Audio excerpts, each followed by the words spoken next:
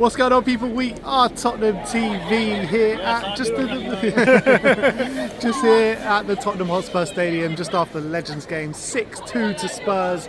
And we thought, while we're here, why not give you a little Tottenham update? And there's a few bits and pieces to talk about. And first of all, we're going to talk about Fabrizio Romano has been speaking about the future of Mathys Tel at Tottenham, and he says, cheers, mate. He says Tottenham officials are delighted with the progress of Tel despite his struggles to adapt to the demands of English football. For Mathys Tel, they're very happy with the boy, with the attitude, with the potential they see in this boy, and that's why they're fighting weeks to sign him in January. At the moment, their indication remains, as Postecoglou always says, that they have trust in him also for the future. So let's see what happens. So from that, it seems as though we are going to take up this option. Well, I think it's very early days. I think he's only made, a handful of appearances so far. Yeah. A lot of them, up front in a struggling side where he hasn't really had a kick and he has struggled.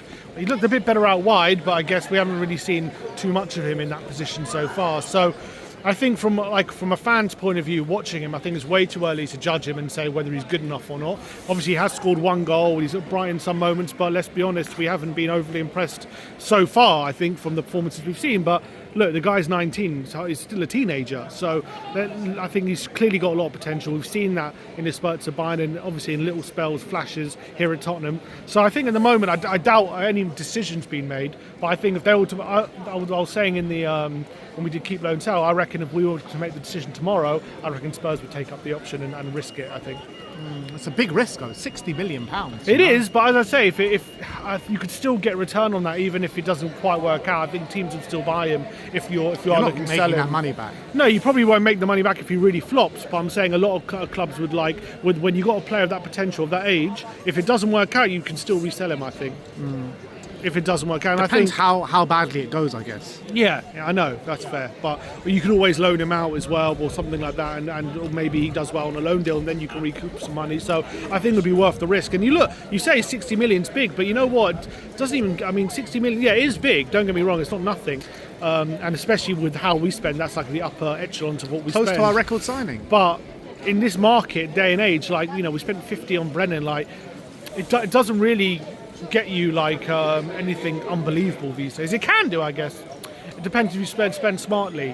But I'm just saying, I think 60 million on a player who's a versatile forward, who's got a lot of potential, is probably worth the risk. If they're watching him in training and think the guy's got quality, I think it'll be worth it. Yeah, there's no doubt that he's got quality. I think the question is about physicality, and I guess that can improve over time. So if the quality is there, I do think that he can be a success at this football club, but I think it's going to probably take...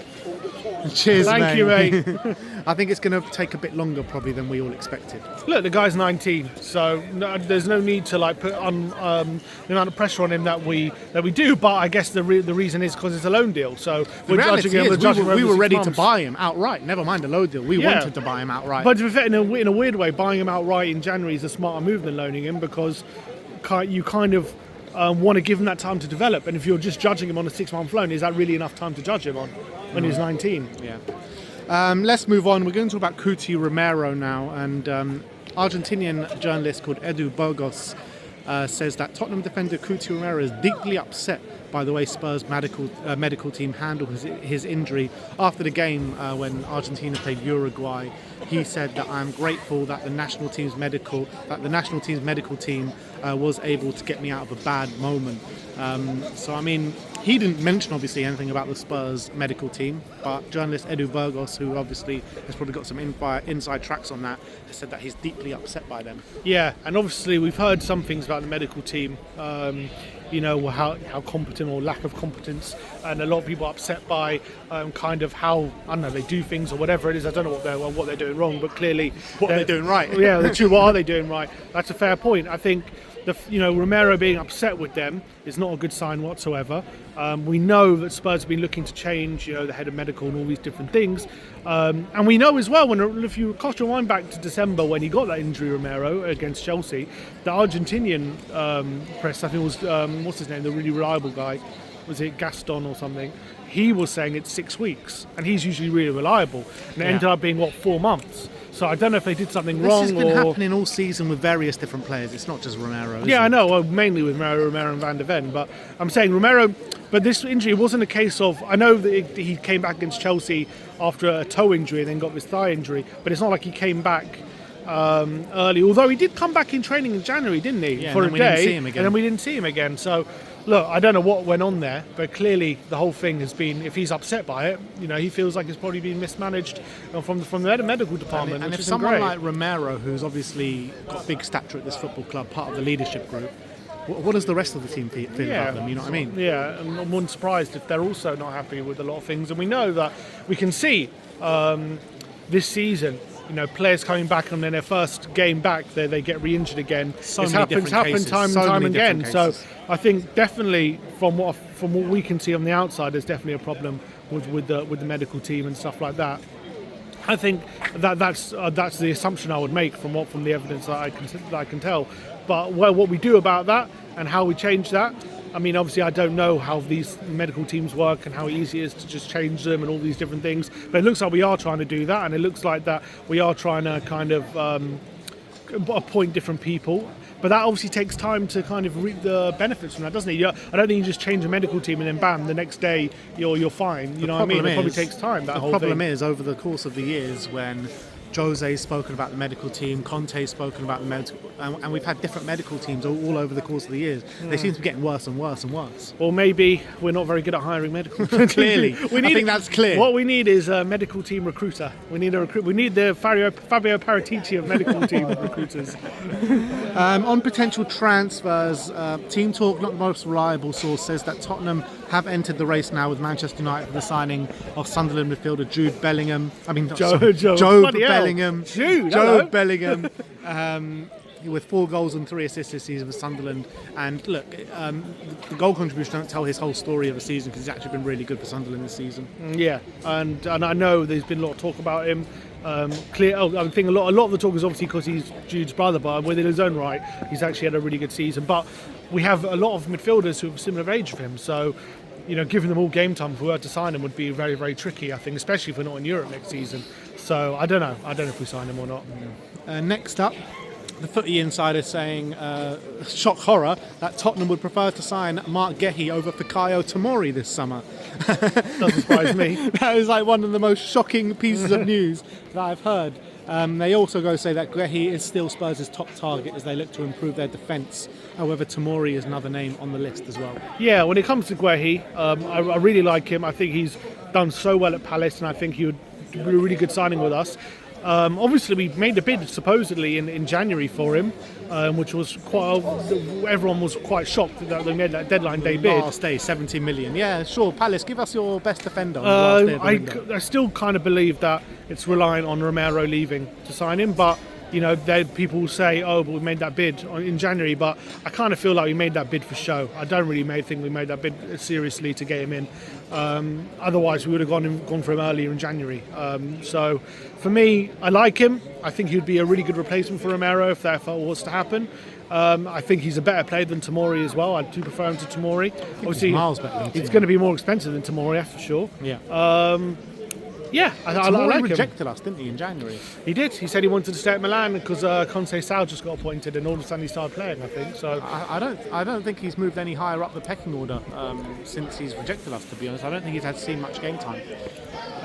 Next up, a report here says that Tottenham are understood to be considering a summer move for Wolves' João Gomes. It's understood that Wolves value the player at £50 million, and he was subject to big interest in January, which nothing really materialised from. But I love João Gomes as a player, but I think to sign a midfielder, I think we need someone to sit at the base, and I just don't think he's that kind of player.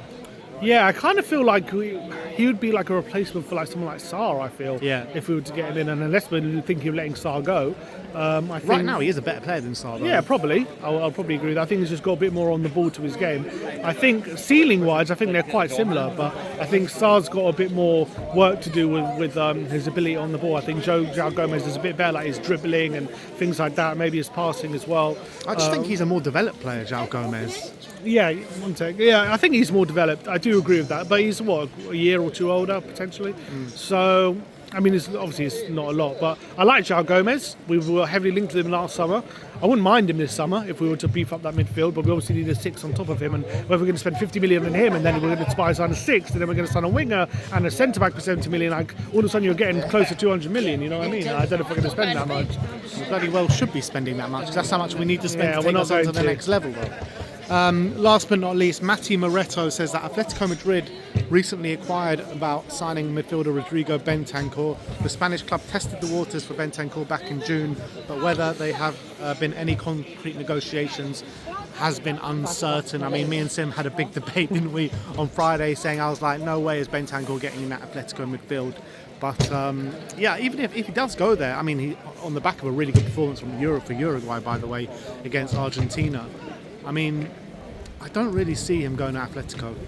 I mean, I wouldn't be surprised if we're looking to sell, that they're interested. That's all I'm saying. I don't know whether he walks into midfield or not, but that's by the by. They do like to rotate in that midfield option, so Atletico, I know that, and I think he'd get plenty of game time. I think he's good enough to play for them, in my opinion. I don't see why not. I think he's a good player, but I think he probably suits their system more than ours. Yeah, I think that's probably true as well. And I think but look, at the looks of things, it looks like we're giving him a new contract. So whether that affects him leaving in the summer, it looks like we're probably wanting to keep him, I would say. Otherwise, we'll probably sell him, unless we're thinking let's retain his value, then sell him. But yeah. I still don't. I just think we're going to keep him this summer. I think he's going to be here. I think we want to give him a bit more time to get back to his best. I think people have been harshly judging him on a lot of things. Have they though? Yeah, I think so. Judging him on his performances. Yeah, I know, but your base.